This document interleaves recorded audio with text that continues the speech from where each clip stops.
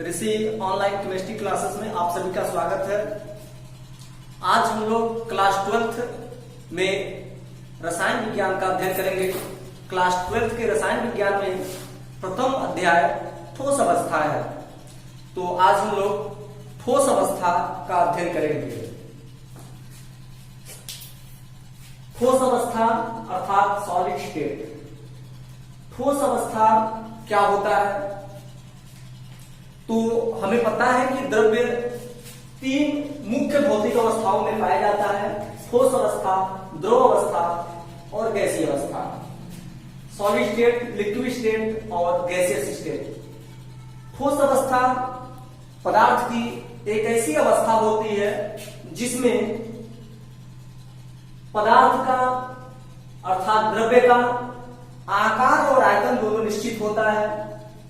द्रव अवस्था में पदार्थ का आयतन तो निश्चित होता है लेकिन आकार निश्चित नहीं होता है। इन्हें जिस बर्तन में रखा जाता है उसी का आकार ये धारण कर लेते हैं।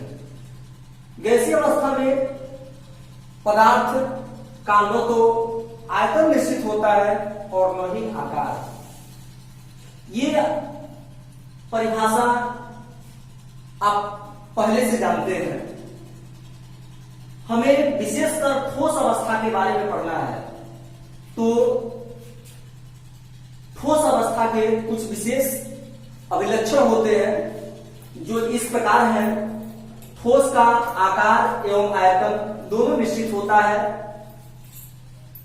ठोस में अंतरा आणविक दूरी कम होती है। ठोस में अणु के मध्य लगने वाला अंतरा आणविक बल प्रबल होता है। ठोस में अणु अपने स्थान से दूसरे स्थान की ओर मूव करने के लिए, गति करने के लिए स्वतंत्र नहीं होते हैं, परंतु ये अपनी माध्य स्थिति के चारों ओर दोलन कर सकते हैं। ठोस में बहने का गुण नहीं पाया जाता है तथा ठोस असंपीड्य होते हैं, अर्थात यदि ठोस को दबाया जाए तो ये दबते नहीं है। जबकि आपको पता होना चाहिए कि हम गैस को यदि कंप्रेस करें, दबाएं तो उसका आयतन कम हो जाता है, लेकिन ठोसों में ऐसा नहीं होता है। तो इस तरीके से हमने देखा कि ठोस के कुछ विशेष अभिलक्षण होते हैं जो इस प्रकार थे। अब हम लोग अध्ययन करेंगे ठोसों के वर्गीकरण के बारे में कि ठोस कितने प्रकार के होते हैं या ठोस अवस्था कितने प्रकार की होती है। तो ठोस पदार्थों को दो समूहों में बांटा गया है। एक को हम अक्रिस्टलीय ठोस, जिसे अंग्रेजी में एमॉर्फस सॉलिड या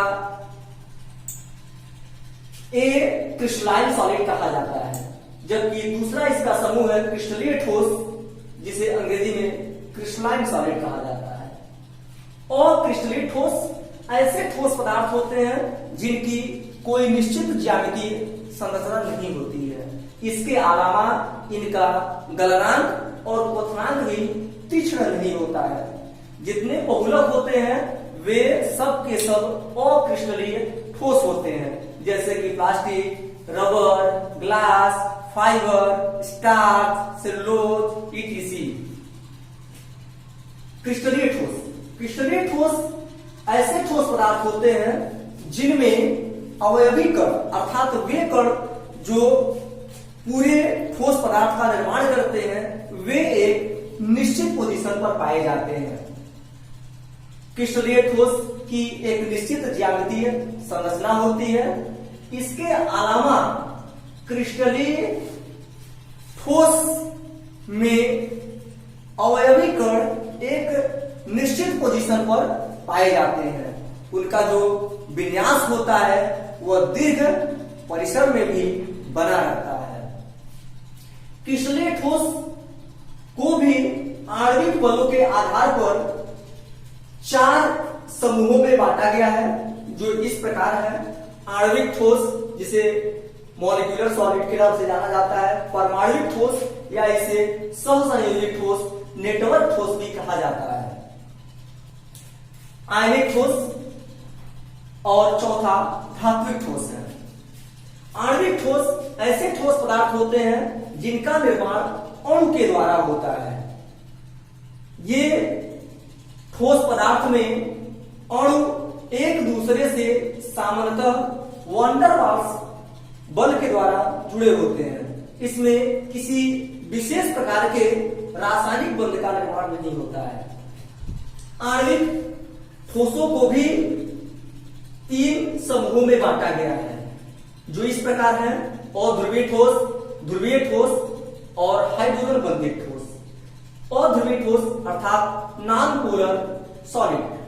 नॉन पोलर सॉलिड ऐसे सॉलिड होते हैं जिनमें अणु एक जैसे परमाणु से बने होते हैं और प्रत्येक अणु एक दूसरे से वैन डर वाल्स बंध के द्वारा जुड़े होते हैं, जैसे कि ठोस हाइड्रोजन और आयोडीन। ध्रुवीय ठोस ऐसे ठोस होते हैं जिसमें अणु एक से अधिक प्रकार के परमाणु से मिलकर बने होते हैं, जैसे कि ठोस HCl और ठोस कार्बन डाइऑक्साइड। ये दोनों ध्रुवीय ठोस हैं क्योंकि इसमें अवयवी अणु HCl है जिसमें हाइड्रोजन अलग तत्व है जबकि क्लोरीन अलग। इसमें जो अधिक विद्युतऋणी तत्व होता है वह इलेक्ट्रॉन को आंशिक रूप से अपनी ओर खींचा जाता है, जिसके कारण इनमें धनावेश और ऋणावेश उत्पन्न हो जाते हैं और वे एक दूसरे से बंधे रहते हैं। हाइड्रोजन बंधित ठोस ऐसे ठोस पदार्थ होते हैं जिनमें हाइड्रोजन बंध पाया जाता है, जैसे कि ठोस अवस्था में जल अर्थात बर्फ और ठोस अमोनिया, ये हाइड्रोजन बंधित ठोस के उदाहरण हैं। परमाणु ठोस ऐसे ठोस होते हैं जिनका निर्माण परमाणु के द्वारा होता है। इसमें परमाणु एक दूसरे से सहसंयोजी बंध के द्वारा जुड़े होते हैं। परमाणुक ठोस का उदाहरण देखा जाए तो ग्रेफाइट, डायमंड, फुलेरीन, ये सभी परमाणुक ठोस कहलाते हैं। डायमंड और ग्रेफाइट दोनों कार्बन परमाणु से बने होते हैं और कार्बन परमाणु एक दूसरे से सहसंयोजी बंध के द्वारा जुड़े होते हैं। जब इनकी संरचना बनाया जाता है तो ये नेटवर्क की तरह दिखाई देते हैं, इसीलिए इन्हें नेटवर्क सॉलिड भी कहा जाता है। हालांकि ये जो ग्रेफाइट और डायमंड है, ये दोनों के दोनों कार्बन परमाणु से बने होते हैं, फिर भी इनके संरचना में अंतर पाया जाता है, जिसके वजह से इनके गुण भी भिन्न होते हैं। जहां डायमंड बहुत अधिक कठोर होता है, वहीं ग्रेफाइट सॉफ्ट होता है।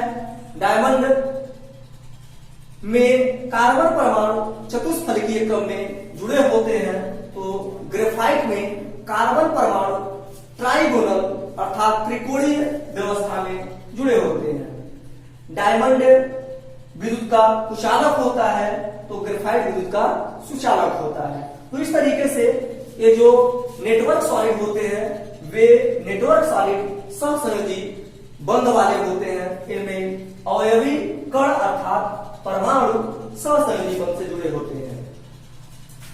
तीसरे नंबर पे आयनिक ठोस है, आयनिक सॉलिड।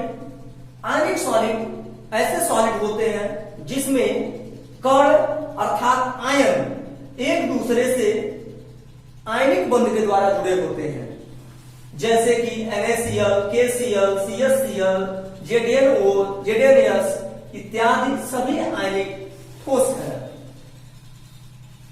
धात्विक ठोस, धात्विक ठोस ऐसे ठोस पदार्थ होते हैं जिनमें धात्विक बंध पाया जाता है।